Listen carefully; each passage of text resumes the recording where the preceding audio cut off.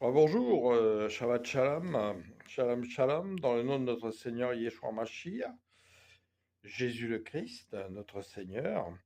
Ce matin, j'ai livré un petit short nous parlant un petit peu justement de bien relire Jérémie, une histoire très intéressante, hein, où on voit comment le peuple hébreu a commencé à se détourner vers d'autres dieux, des idoles, etc. Et Dieu les a fait les déporter sous le joug de Babylone.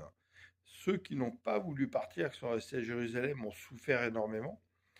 Et ceux qui ont été à Babylone ont moins souffert, mais Dieu voulait voir s'ils allaient se soumettre à leurs idoles. Et pour certains, ça n'a pas été le cas, justement. Et au contraire, il les a élevés, et ensuite, ils sont revenus. Et on voit aujourd'hui, mais on ne le mesure pas, que dans ce monde, justement, nous avons beaucoup d'idoles, sans que nous nous en rendions compte, qui sont des choses du monde.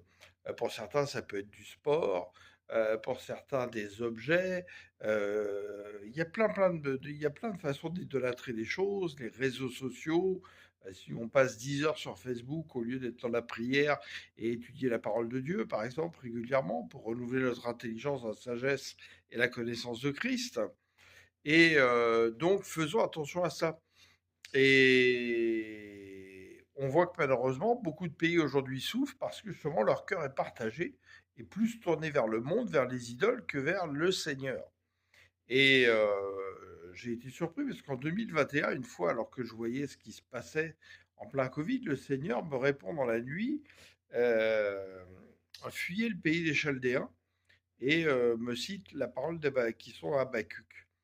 Et puis là, ma grande surprise également, il nous a envoyé en Amérique du Nord, qui est la grande et nouvelle Babylone, qui a répandu le vin de sa prostitution dans le monde, avec son hégémonie, ses valeurs d'American Way of Life, et puis l'adoration des choses du monde, le consumérisme, etc. Donc j'étais assez surpris. Et en fait, je m'aperçois qu'il nous a envoyé justement comme ses émissaires, comme le peuple hébreu, au milieu justement de la Babylone pour continuer à claironner clairement que nous voulons adorer Dieu, les principes de Dieu, et ne pas nous mettre sous l'adoration des idoles de ce monde du consumérisme, et au contraire encourager les gens à en sortir.